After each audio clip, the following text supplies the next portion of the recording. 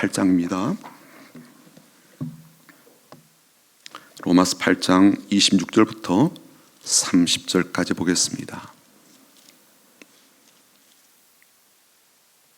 로마서 8장이고요. 26절부터 30절까지 보겠습니다.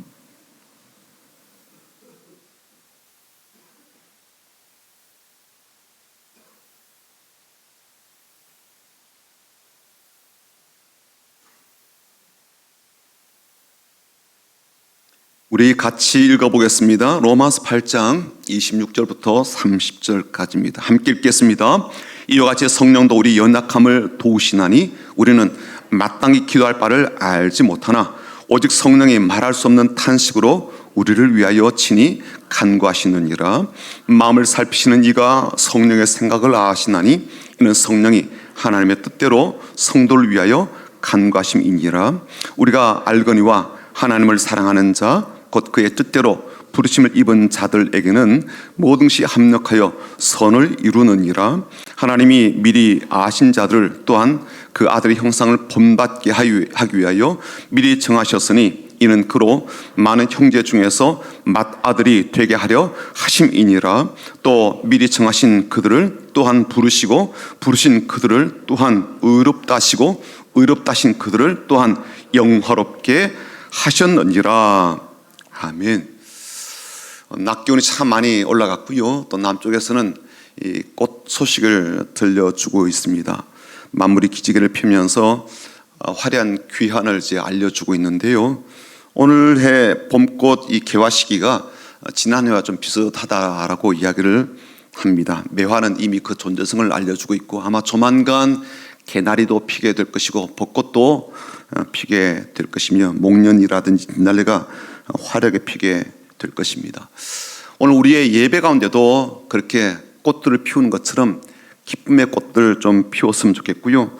찬양의 꽃도 피웠으면 좋겠고 짙은 감사의 향기의 그러한 꽃들도 우리 가운데 좀 피어났으면 좋겠습니다. 그래서 하나님 앞에 큰 기쁨을 드린 예배가 될 수 있도록 한 주간도 그런 하나님께 주신 힘과 능력으로 잘 살아낼 수 있도록 우리 앞뒤 좌로 보시면서 인사하고 축복하게 될 텐데 우리 주님의 이름으로 축복합니다라고 인사하겠습니다. 주님의 이름으로 축복합니다. 주님의 이름으로 축복합니다.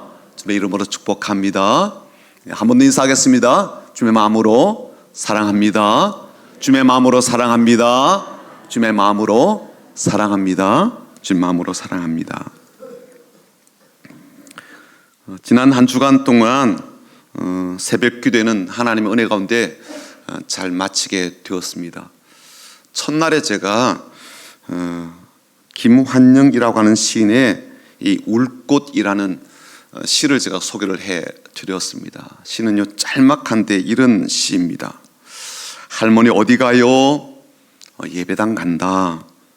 근데 왜 울면서 가요? 울려고 간다. 왜 예배당 가서 울어요? 울 데가 없다. 짤막한 시인데요. 참 좀 나름 깊이 있는 울림이 되는 시라고 생각이 됩니다. 여러분 세상에 참 넓지 않습니까? 또 천지사방에 좋은 곳들이 많지만 의외로 아이러니한 것은 울 데가 없다는 거예요. 울만한 장소가 없고 울만한 공간이 없다는 그런 뜻입니다. 세상에는 울 일이 많거든요. 또 울 사람도 적지 않습니다. 심지어 이미 울고 있고 눈물이 가득한 채로 마르지 않는 그런 분들도 있습니다. 남편의 속을 썩여서 힘든 채로 눈물 흘리며 호소하는 그런 아내의 눈물이 있고요. 또 자기 뜻대로 하겠다라고 하면서 자기 하고 싶은 대로 하고 있는 자녀가 애통함의 이유가 되는 부모님도 있지요. 또 내 실수와 실패 때문에 자책하면서 흘리는 또 눈물도 있습니다. 이제 노쇠에서 움직이지 못하는 부모님, 또 심지어 정춘줄까지 놓아버린 부모를 어쩔 수 없이 애끓는 마음으로 요양원으로 보내야 되는, 그래서 고통하는 자식들의 눈물도 있습니다. 불쌍해서 흘리는 눈물도 있고요, 답답해서 흘리는 눈물도 있습니다. 괴로워서 흘리는 눈물도 있고 외로워서 흘리는 눈물도 있습니다. 눈물의 종류도 그렇게 많고요, 울 이유도 적지 않고 또 우는 사람도 많은데 문제는 울 데가 없다는 거죠. 아니 왜 울 데가 없겠습니까? 뭐 차 안에서 울면 되잖아요. 아니면 혼자 있을 때 방문 닫아놓고 울면 되고요. 그게 안 된다면 사무실 같은 데서 혼자 있을 때 울 수도 있지 않겠습니까? 그게 안 된다면 뭐 공원으로 간다든지 혹은 산으로 뭐 가서 혼자 있는 그런 공간 속에서 울 수도 있을 겁니다. 공간을 찾자면 왜 찾을 수 없겠습니까? 그런데 울 데가 없다라고 이야기합니다. 왜 그렇습니까? 위로가 없어서 그렇거든요. 위로가 없어서. 내가 울 때 위로해주는 이가 있어야 그 눈물이 아프지 않기 때문입니다. 내가 하염없이 눈물 흘릴 때 위로의 손으로 눈물을 닦아주는 이가 있을 때 비로소 그 눈물이 고통스럽지만은 않거든요. 마음을 함께 해주는 이가 곁에 있게 될 때 그 눈물이 비참하지 않고 처절하지 않습니다. 하지만 어느 누가 우는 자들을 위로하며 어느 누가 내 눈물을 닦아주고 어느 누가 내 마음을 어루만져 줍니까? 그래서 제가 말씀드렸어요. 드라마 보면서 운다고. 그래서 울 데가 없다는 것 아닙니까? 그런데 할머니는요, 교회를 찾습니다. 울 데가 거기밖에 없다라고 하면서 교회로 갑니다. 어쩌면 할머니는 그래도 행복한 사람이 아닌가 싶습니다. 그 눈물에 하나님의 그 위로하심이 부어짐을 알고 있고 또 그런 위로를 받는 자리로 가니까 그나마 행복한 사람이 아니겠습니까? 하지만 여전히 눈물의 자리는요, 눈물의 자리예요. 교회 가서 눈물 흘리게 되면 그 자리에 위로가 부어진다 할지라도 여전히 기다림이 있게 되거든요. 참아내야 되는 기다림도 있고요, 인내해야 되기도 하고요, 기약 없는 기다림의 시간을 고스란히 보내야 되는 그런 과정이 있기도 합니다. 아무리 하나님께서 우리에게 주실 영광스러움이 크다 할지라도 우리가 현재 겪고 있는 고난과 비교할 수 없이 놀랄 것이라고 그렇게 말씀하더라도요, 고난은 고난이거든요. 기다림은 기다림이고요, 고통스러운 일은 고통스러운 겁니다. 탄식이 되는 이유가 무엇입니까? 여전히 계속되는 고통 속에서 내는 신음소리 때문 아니겠습니까? 영광스러운 내일을 바라보고 산다 할지라도 오늘 당장 탄식이 변하여 휘파람 소리가 되는 것은 아니지 않습니까? 그럴 수밖에 없는 이유를 오늘 본문에서는요, 세 가지를 우리에게 이야기해 줍니다. 첫 번째는 우리가 갖고 있는 연약함 때문입니다. 육체적으로 연약하고요, 정신적으로 연약하고요, 심지어 영적으로 연약함이 우리에게 있습니다.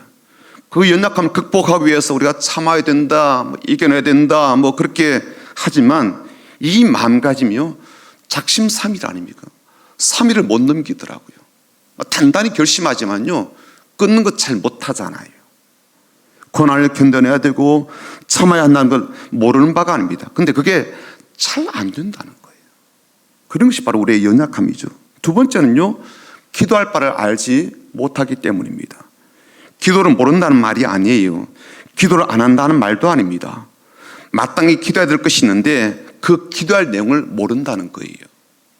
일반적으로 기도하고자 하는 제목이 있고요, 소원이 있어서 그렇게 기도하게 되는데 그런 것이 아니라 그 사람에게 꼭 필요한 기도가 있는데 그 기도가 무엇인지를 모른다, 그런 의미입니다. 하나님 백성이기 때문에 하나님의 목적을 위해서 기도해야 되고요, 하나님 백성이니까 하나님의 뜻을 위해서 기도해야 되고요, 하나님의 종이니까 하나님의 일을 위해서 우리가 기도해야 되는 그런 것들이 있습니다. 그리고 그런 기도는 당연히 하나님의 마음을 따라 또 우리의 마음을 담아서 기도를 해야 되죠. 그런데 그 기도를 모른다는 거예요. 모르는 기도를 어떻게 할 수가 있겠습니까? 그러다 보니까 엉뚱하게 다른 기도에 집중하고 있을 수도 있다는 거예요. 세 번째, 마지막으로는요, 삶에 원치 않는 그런 일들이 발생하거나 끼어들기 때문입니다. 모든 것이 합력하여 선을 이룬다라는 말씀이 오늘 본문에 나오거든요. 요걸요, 딱 뒤집어서 그 속 사정을 들여다보면 어떤 거냐면 내 삶에 내가 원치 않는 일이 생겨난다, 이런 것이 이제 전제가 되어 있는 그런 의미예요. 삶이라고 하는 것이, 인생이라는 것이 그렇지 않습니까? 다들 평안하기를 원하고 행복하기를 원하고 잘 살길 바라죠. 근데 이게 우리의 소원이고 우리의 바람일 뿐 현실과 생각은요, 또 우리의 삶은요 그렇지 않더란 말이에요. 원치 않는 사고가 발생하기도 합니다. 생각지도 못한 사건이 벌어지기도 합니다. 갑작스러운 문제가 생겨나기도 해요. 몸에 이상 증세가 있고 안 좋은 것 같아서 병원에 갔더니 가볍지 않은 진단을 받게 되기도 합니다. 일과 삶이 계획대로 잘 되지 않을 때도 있죠. 원하던 결과가 나오지 않거나 예상보다 더 나쁜 결과를 받게 되기도 합니다. 자식조차도요, 내 마음대로 되지가 않아서 내 안에서 끊임없이 끓게 되는 그러한 마음들이 있지 않습니까? 이러한 것 때문에 우리의 탄식이, 우리의 신음소리가 더 깊어지고 더 길어지는 거죠. 근데 참 감사한 것은 오늘 말씀 보니까 성령께서 우리의 그런 연약함을 잘 아시고 도와주신다는 거예요. 26절 한번 볼까요? 26절 같이 읽어보겠습니다. 이와 같이 성령도 우리 연약함을 도우시나니 우리는 마땅히 기도할 바를 알지 못하나 오직 성령이 말할 수 없는 탄식으로 우리를 위하여 친히 간구하시느니라. 우리가 고난 가운데에서도 용기와 힘을 얻을 수가 있고 우리가 인내하면서 어려움을 극복할 수 있는 것은 우리에게 뭐 자원이 많거나 우리가 그만한 능력이 있거나 우리의 믿음이 대단해서가 아니에요. 그런데도 우리가 고난과 탄식 가운데서도 영광스러움을 기대하고 인내의 삶을 잘 살아가게 되는 것은 바로 성령께서 우리와 함께 하시고 우리를 도와주시기 때문입니다. 자, 그렇다면 오늘 본문 말씀을 통해서 도대체 성령께서 어떻게 우리를 도와주시는가 이걸 좀 살펴보자고요. 첫 번째는요, 그분은 우리의 연약함을 아시면서 도와주십니다. 연약한 우리를 잘 이해하시고 도와주신다는 거예요. 사실 우리는요, 이 다른 사람의 연약함을 잘 이해하는 것처럼 그렇게 생각되어도 실상은 그렇지가 않습니다. 늘 나중심적으로 자기중심으로 생각하는 이 삶의 습관이 있기 때문에 그렇거든요. 예를 든다면요, 며느리로 내가 들어가서 그렇게 살 때는 며느리 입장이 되어서 말하고 듣고 이해를 하잖아요. 그런 시각으로도 시어머니를 바라보게 되고요, 생각하고 판단하고 평가합니다. 근데 이제 내가 난 아들이 이제 결혼해가지고 이제 시어머니가 되게 되잖아요. 그러면요, 이제는 시어머니 입장이 되어서 생각하고 말하고 평가하게 됩니다. 내가 들어올 때 며느리였습니다. 근데 이제는 이제 시어머니가 되었지만 그 이전에 고된 시집살이의 아픔 때문에 이제 내 집으로 들어온 며느리를 생각하게 될 때 더 많이 배려하고 더 많이 생각해 주게 되던가요? 아니면 더 섭섭하고 서운하고 속상한 마음이 더 많던가요? 말할 필요도 없죠. 나는 나에게 시어머니였던 그러한 분만큼은 그런 시어머니 노릇하지 않겠다라고 그렇게 하지만 현실적으로 그렇지 않은 부분들이 우리 가운데 있지 않습니까? 며느리 입장에서 시어머니 입장으로 바뀌었지만 내가 겪었던 힘든 십살이를 생각하면서 며느리 중심으로 생각하는 법을 배웠다라고 하지만 그렇게 만약에 되었다면 이 고부간의 갈등은 벌써 사라졌을 거예요. 현실은 그렇지 않잖아요. 여전히 며느리와 시어머니 관계는요 좀 불편합니다. 그러면서 우리는요 아직도 서로를 잘 이해하지 못한다라고 해야 되지 않을까 싶습니다. 서로의 약점과 연약함을 알매도 불구하고요 잘 이해를 못하죠. 그리고 서로가 잘 이해가 안 되니까 도와주는 손길이 되지 못하는 겁니다. 그러나 성령님은요 우리의 연약함을 누구보다 더 잘 아시면서 우리를 이해하시면서 도와주십니다. 그래서 우리를 잘 아시고 이해하시는 그 성령님을 힘입어서 우리가 현실을 인내하고 현실을 극복하기도 하고 또 우리의 연약함을 뛰어넘어서서 내일을 좀 희망차게 내다보고 우리가 달려갈 수가 있는 겁니다. 두 번째는요 성령님이 말할 수 없는 탄식으로 우리를 위해서 친히 간구해 주기 때문입니다. 성령님께서 탄식한다 이 말을 좀 잘 새겨 들을 필요가 있습니다. 우리는요 연약한 인간인지라 또 만물도 이 죽음의 힘과 부패의 세력 앞에 있기 때문에 탄식할 수밖에 없다는 것을 계속 우리가 살펴보았잖아요. 죄임이 그만큼 무섭고 강력하다는 것을 알고 있습니다. 그런데 우리는요 죄인이기 때문에 그런 운명과 굴레를 안고 있어서 그렇다 치더라도요 하나님이신 성령님께서 탄식할 이유는 없지 않겠습니까? 우리는 그래요. 우리 연약하니까 탄식한단 말이죠. 연약하니까 신음소리를 냅니다. 그런데 성령님은 하나님이시니까 굳이 탄식할 이유가 없을 것 같아요. 근데 왜 탄식한다고 그러는가?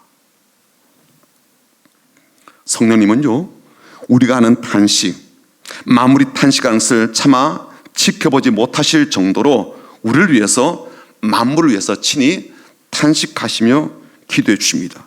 우리가 연약함으로 쓰러지고 넘어질 때마다 성령님은요, 말할 수 없는 탄식으로 우리를 위해서 기도하십니다. 우리가 죄의 유혹에 굴복하여 넘어질 때도 성령님은 우리를 위해서 그토록 신음소리를 내며 기도하십니다. 반복되는 습관적인 죄로 말미암아 한 걸음도 신앙적으로 나가지 못하고 퇴보하거나 퇴행하거나 뒷걸음질 칠 그때도요, 성령님은 말할 수 없는 탄식으로 우리의 삶을 두고 기도하시는 거예요. 저희 어머니가 저 때문에 많이 힘들었던 그러한 일이 몇 건이나 되거든요. 제가 지난번에도 말씀드렸다시피 군에 가가지고 담배를 늦게 배웠다고요. 그것 때문에 어머님이 참 많이 아파하신 적이 있으십니다. 근데 그 이전부터 어머님이 저 때문에 마음 아파한 일이 있습니다. 국민학교 때까지만 하더라도요, 그렇지 않았고요. 중학교 들어가서도 제가 착한 아들이어서 어머니께 좀 잘 해드렸어요. 학교 갔다 오면 제가 양말도 막 빨고 그랬거든요. 착한 아들이었다고요. 그런데 이제 고등학교 들어가면서 머리도 커지고 좀 배웠다 싶은 그때 제가 어머니께 마음의 상처를 많이 주었습니다. 그 중에 한 가지가 뭐였는가 하면 이 분노를 잘 조절하지 못하고 욱하는 이게 있었어요. 당연히 이제 누구한테 화를 쏟았겠습니까? 어머님한테 그걸 막 몽땅 쏟은 거예요. 아버지한테 들었던 기분 나쁜 말이 있죠. 그런 말 때문에. 혹은 내 환경이나 내 처지가 좀 비관적이어서, 혹은 친구들하고 만나가지고 막 기분 나쁜 일이 있다 그러면 이걸 갖고 와가지고 괜히 엄마한테 그렇게 화를 내는 거예요. 그래서 풀어내었거든요. 어머니는 그걸 이제 보시면서 하셨던 말씀이 불뚝성질이라고 그래서 불뚝성질, 꼭 하면서 내는 성질을 그렇게 이야기하셨습니다. 저의 그런 모습을 볼 때마다 어머님이 그렇게 탄식하셨죠. 어머니가 깊은 탄식을 했던 이제 더 큰 이유는 뭐냐면, 어머니께서 기도하면서 이제 아들을 얻었단 말이에요. 하나님께서 자신에게 이 아들을 어떻게 주셨는지, 왜 주셨는지를 아니까 더 탄식이 나온 거예요. 자신이 어떻게 기도하여서 받은 선물인지를 어머님이 알고 있죠. 하나님의 종으로 드리겠다라고 하면서 서약하고 서원해서 기도해서 받은 아들이었거든요.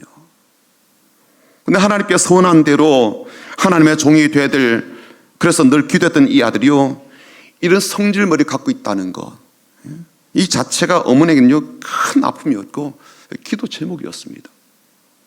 탄식이었던 거예요. 남편에게도 내가 사랑받지 못하는 것은 물론이고, 이 아들에게도 어머니로서는 내가 대접받지 못하는구나, 뭐 이런 자기 연민도 있긴 하겠지만, 그것보다도요, 이렇게 지혜비처럼 똑같이 닮아가고 이렇게 성격 자리 잡게 된다면 하나님의 종이 될 수도 없고, 종이 된다고 한들 얼마나 많은 부작용이 있겠나, 얼마나 많은 문제를 만들어내겠나, 그런 생각하니까 탄식이 저절로 나오는 거죠. 그래서 저희 어머님이 그 부분을 두고요, 저한테 이제 몇 번이나 이야기를 하셨어요. 타이르기도 하시고. 그럼에도 불구하고 제가 또 고집이 있잖아요.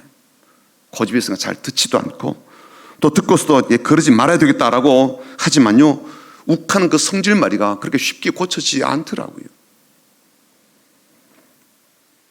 너 앞으로 목사가 될 사람인데 그 성질머리 버려야 된다, 그렇게 말씀하신데 어머니의 눈에 눈물이 글썽글썽한 거죠. 이놈이 앞으로 목회를 할 사람인데 저러고 있으니까 얼마나 속이 상하고 얼마나 애가 타겠습니까? 애가 한 장이 녹으면서 얼마나 어머님께서 그렇게 기도하셨겠습니까? 마찬가지로 성령께서 우리를 위해서 그렇게 하신다는 거예요. 우리가 하나님의 뜻대로 살지 못하고, 말씀대로 살지 못하고, 은혜 아래 살지 못하고, 믿음으로 살지 못하면요, 말할 수 없는 탄식으로 신음소리 내면서 그렇게 기도하신단 말이죠. 어미의 마음 같이. 자식을 생각하는 그런 어미의 마음으로 성령님이 기도하신다는 거예요. 예수님도 그렇게 기도하셨거든요. 제자들을 위해서, 베드로를 위해서 그렇게 기도하셨습니다. 사단이요, 베드로를 유혹해가지고요, 막 넘어지게 하고 신앙의 자리에서 막 떨어지게 하려는 그런 것을 주님께서 아셨다고요. 이 상황에 대해서 이제 베드로에게 뭐라고 말씀하셨는가 하면 이렇게 말씀하셨습니다. 시몬아 시몬아 보라, 사탄이 너희를 밀가부르듯 하려고 요구하였으나 그러나 내가 너를 위하여 내 믿음이 떨어지지 않기를 기도하였노니 너는 돌이킨 후에 내 형제를 굳게 하라. 이 밀가부르듯 했다라는 이 말을 보니까요, 사단이 베드로를 이제 소나기에 넣으려고요, 들었다 놨다 계속 하는 거죠. 사람을 막 그렇게 흔들어 놨다는 거예요.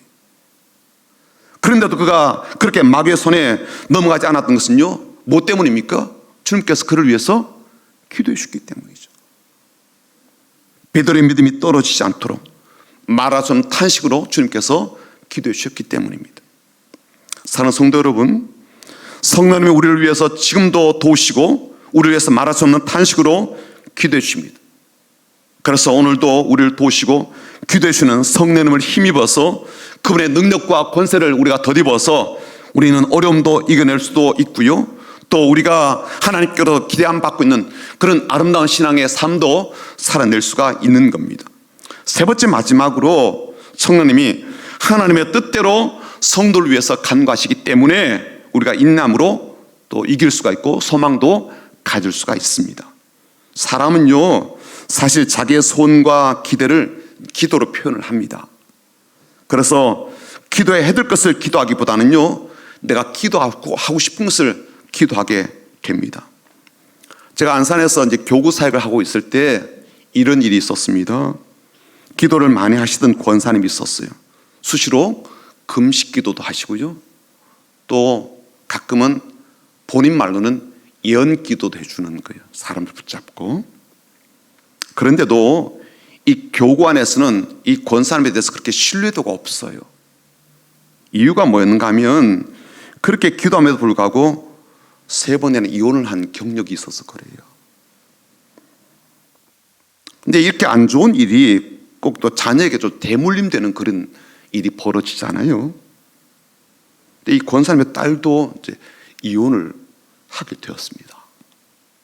근데 이 딸이 이제 나중에 신학교에 들어가서 공부를 하고 그러고는 이제 전도사가 되었어요. 그러자 권사님이 이제 저를 붙잡고 이런 얘기를 하는 겁니다.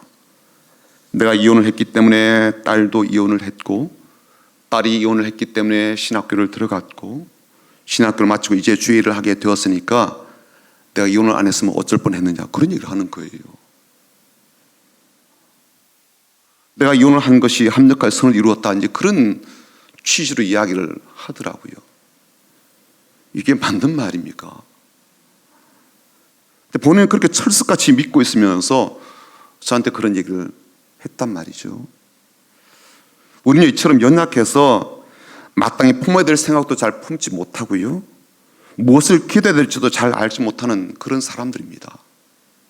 내 미래를 모르기 때문에요, 내가 정말 유익한 것이 무엇인지도 잘 몰라요. 그리고 심지어 내가 기도한 것이 무엇을 의미하는지, 앞으로 이 기도가 내 삶에 어떤 식으로 되돌아오는지 그것도 잘 모른다고요. 그래서 우리의 삶 가운데 신앙생활을 함에도 불구하고 기도까지 잘 바뀌지 않는 그런 모습을 참 많이 봅니다. 우리 기도가 아직까지도 얼마나 이기적인 기도를 드리고 있는지, 얼마나 형식적인 기도를 드리고 있는지, 얼마나 입으로만 드리는 기도를 하나님 앞에 내뱉고 있는지, 죄를 짓고도 감추는 기도를 드리고 있고요, 스스로 합리화하는 그러한 기도도 우리가 드리고 있으니까요. 가끔은 우리도 예수의 제자들과 그들의 어머니가 예수님께 부탁한 것처럼 그렇게 할 때가 있습니다. 세베대라는 사람에게는요, 2 아들이 있었습니다. 요한과 야고보라는 2 아들이 있었고요, 2 아들의 어머니는 살로메라는 여인이었어요. 이 여인은요, 예수님 당시에 한창 치맛바람을 불러일으키는 그런 사람이었습니다. 자기 아들들을 예수님께서 잘 챙겨주셔서 예수님께서 예루살렘에 들어가셔서 이제 왕에 오르거나 권력을 거머쥐게 된다면 제일 높은 자리, 그 좌우에 앉혀주십시오라고 부탁을 하는 그런 여인이었거든요. 그때 예수님께서 이 여인에게 또 아들들에게 뭐라고 말씀하셨는가 하면 이렇게 말씀하셨습니다. 너의 구하는 것은 너희가 알지 못하는도다. 너희가 하나님의 뜻을 알지 못하고 욕심대로 구한다, 그런 뜻이죠. 그리고 그 다음에 뭐라고 하셨는가 하면 이렇게 말씀하셨어요. 내 좌우편에 앉는 것은 나의 줄 것이 아니라 내 아버지께서 누구를 위하여 예비하셨든지 그들이 얻을 것이다 라고 말씀하셨어요. 하나님의 뜻은 따로 있는데 이 모자는 자기들의 뜻대로 무조건 달라고 이제 요구한 거죠. 그래서 주님께서 너희들이 구하는 그것이 무엇을 의미하는지 잘 모른다. 그것이 너에게 유익함이 되는지 해가 되는지 잘 알지 못하는 채로 당장 급하니까, 당장 좋아 보이니까, 이게 필요한 것처럼 생각되니까, 그것만 있으면 다 될 것 같으니까 그렇게 구하고 있지만 실상 그것이 너희들에게 가져올 결과가 어떤 것인지 잘 모른다, 그런 취지로 말씀을 하셨거든요. 때로는요, 우리 하나님께서는 우리가 막 기도하면요 또 들어주시기도 하십니다. 하나님께서 보실 때는 이건 아니다라고 해도요 들어주시기도 하신다고요. 근데 그것 때문에 오히려 그 사람에게 영혼에 심각한 고통스러운 일이 다가오기도 하거든요. 시편에 이런 말씀이 있습니다. 여호와께서 제 요구한 것을 주셨을지라도 그 다음에요, 그 영혼은 파리하게 하셨도다. 하나님께 간절히 구하니까 주셨다고요. 근데 그것 때문에 무슨 일이 벌어져요? 영혼이 쇠약해지는 거예요. 영혼이. 내가 원하는 것을 받게 되고 가지게 되었을지라도요, 오히려 그것 때문에 영혼은 피폐해지고 더욱 메마르게 되고 영양실조에 걸린 것처럼 그런 상태가 되기도 한다는 거예요. 그래서 사실 우리들은 하나님의 뜻을 잘 몰라서 내 뜻대로 기도하는 그런 연약한 존재이기도 합니다. 그런 우리들을 위해서 성령님은요 말할 수 없는 탄식으로 우리를 위해서 기도해 주시는데, 특별히 기도할 때 하나님의 뜻대로 우리를 위해서 기도해 주신다는 거예요. 매우 중요한 거죠. 어떻게 그렇게 할 수가 있는가? 27절 한번 볼까요? 27절 같이 읽어보겠습니다. 함께 읽습니다. 마음을 살피시는 이가 성령의 생각을 아시나니 이는 성령이 하나님의 뜻대로 성도를 위하여 간구하심이니라. 하나님께서 사람의 마음을 잘 살피시고 아신다는 거예요. 성령님도 내 마음을 아시는 거죠. 그래서 혹 내가 죄를 지어도 내 진심이 하나님 향해 있는 건지 아니면 나를 향해 있는지를 아시죠. 또 반대로 내가 의롭게 사는 것처럼 보여도 내 마음이 욕심으로 차 있는지 아니면 하나님 앞에서 거룩하게 살려고 애쓰는 그런 마음인지를 아신다는 거예요. 그래서 성령님은 하나님의 뜻대로 우리를 위해서 기도하신다는 거죠. 내 자식의 성공과 출세와 그리고 형통한 삶을 위해서 기도하는 것보다도 내가 먼저 내 죄를 깨닫고 회개하기 위해서 성령님이 기도해 주시는 거죠. 내가 하나님의 뜻을 온전히 쫓지 못한 것에 대해서 스스로 하나님 앞에 이제는 겸손함과 겸함으로 나아가 돌이키도록 그렇게 기도해 주시는 겁니다. 하나님의 마음을 우리의 마음에 담도록 기도하며 또 하나님 뜻이 이젠 우리의 뜻과 삶의 목표가 되도록 기도해 주시는 거죠. 마지막 한 가지, 자기 연약함을 알고 하나님의 도우심을 구하고 하나님을 사랑하는 자들에게는 하나님께서 모든 것이 합력하여 선을 이루어 주시기 때문에 우리의 삶에 탄식이 그치고 기쁨의 찬양을 드릴 수가 있습니다. 물론 이 말씀은요 많은 분들이 오해하는 말씀이기도 해요. 예수 믿는 사람은요 이래도 잘 되고 저래도 잘 된다 그렇게 생각하고 무조건 만사형통이다 그렇게 해석하기도 하거든요. 자신의 실수라든지 실패라든지 범죄, 잘못 이런 것도 인정하지 않고 무조건 하나님께서 합력해서 선을 이루신다라고 그렇게 말하는 사람도 있습니다. 물론 결과적으로는요 그 말이 맞는 것처럼 그렇게 여겨집니다.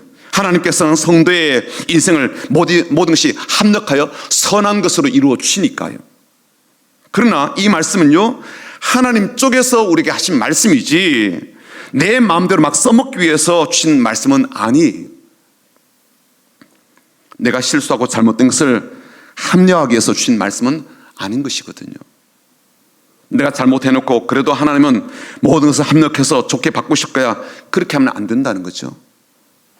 물론 하나님은 그것을 그렇게 바꿔 놓으실 겁니다. 그러나 그렇다 하더라도 내 잘못을 합리화하고 정당화하고 전혀 죄책감, 죄의식 없고 회개감 없는 자세를 취하는 것은요, 이 말씀은 아예 아전인수격으로 해석하는 것이다, 그렇게 말씀드릴 수 있습니다. 오늘 28절 말씀을요 반대로 읽으면 이렇게 되거든요. 우리가 알거니와 하나님을 사랑하지 않는 자, 곧 그 뜻대로 부르심을 입지 않은 자들에게는 모든 것이 합력하여 선을 아니라 악을 이룬다, 그렇게 볼 수도 있는 거죠. 하나님께서 우리가 주신 것이 참 많습니다. 돈도 주시고 지위도 주시고 명예도 주시고 여러 가지 기술, 지식, 자리, 위치, 신분, 인간관계 참 많이 주셨습니다. 그런데 하나님 사랑하지 않고 자기 뜻대로 사는 사람은요, 이 모든 것을 총동원해서 뭘 한다는 거예요? 악을 이룬다는 거거든요. 권력을 이용해서 비리와 부정과 악을 이루고요, 지식을 동원해서 악을 이루고요, 또 심지어 돈과 능력과 외모를 동원해서 음란함을 이룬다는 그런 겁니다. 그러나 하나님을 사랑하는 자는, 그리고 그 뜻대로 부르심 받은 사람은 하나님께서 그의 인생 속에서 혹 실수와 실패가 있고 어려움과 힘든 일을 만나게 되더라도, 구덩이에 빠지는 일이 있다 할지라도 이 모든 일들이 축복이 되게 하시고 선한 열매를 얻도록 그렇게 도우시고 하나님이 영광 받으시게 그렇게 역사하시며 궁극적으로는 우리의 삶 가운데 하나님의 뜻이 이루어지도록 그렇게 일하신다는 거예요. 사랑하는 여러분, 하나님을 사랑하는 사람과 내 연약함을 인정하고 하나님 뜻대로 살고자 하는 그러한 사람을 성령께서는 그 연약함을 아시고 도와주십니다. 더불어서 말할 수 없는 탄식으로 기도도 해주시고 하나님 뜻대로 기도도 해주시며 모든 것이 합력하여 선한 것이 되도록 그렇게 역사하시고 일하십니다. 그러므로 우리는 하나님의 택하심을 받은 사람으로서 더욱더 하나님을 뜨겁게 사랑하고 하나님 뜻을 구하며 살아가되 우리의 불완전한 기도조차도 온전하게 하시고 인도하시는 성령님만 의지해서 하나님께 더 힘있게 또 가까이 달려나가는 그런 하나님의 사람들이 다 되시기를 주님의 이름으로 축복합니다. 이 한 주간도 우리가 기도함으로 시작하게 되는데요, 이 한 주간 동안도 성령께서 우리 곁에 계시고 우리 함께 하시며 또 우리 안에 계시면서 우리의 기도를 도우시고 우리의 모든 삶을 도우신다라는 사실을 믿고 확신을 갖고 소망 가득한 그러한 걸음으로 살아가며 나가는 그런 귀하고 복된 하나님의 사람들 다 되시기를 주님의 이름으로 축원합니다. 아멘. 성령